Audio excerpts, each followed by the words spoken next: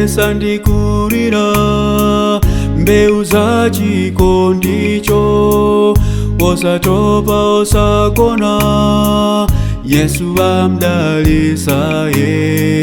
Wakufesa ndikurira mbeu za chikondicho, osatopa osagona Yesu amdalisaye.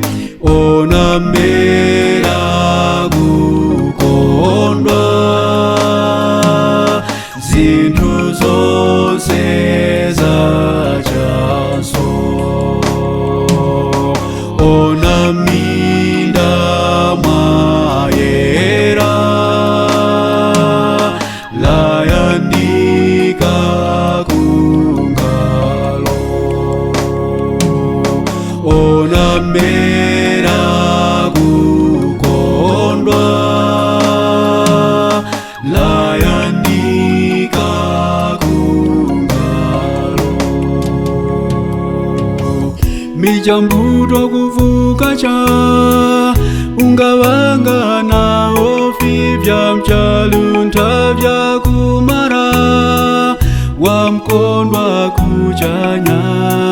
Mijambuto kuvuka cha ungawanga na ofi vya mchalunta vya kumara wamkondwa kuchanya.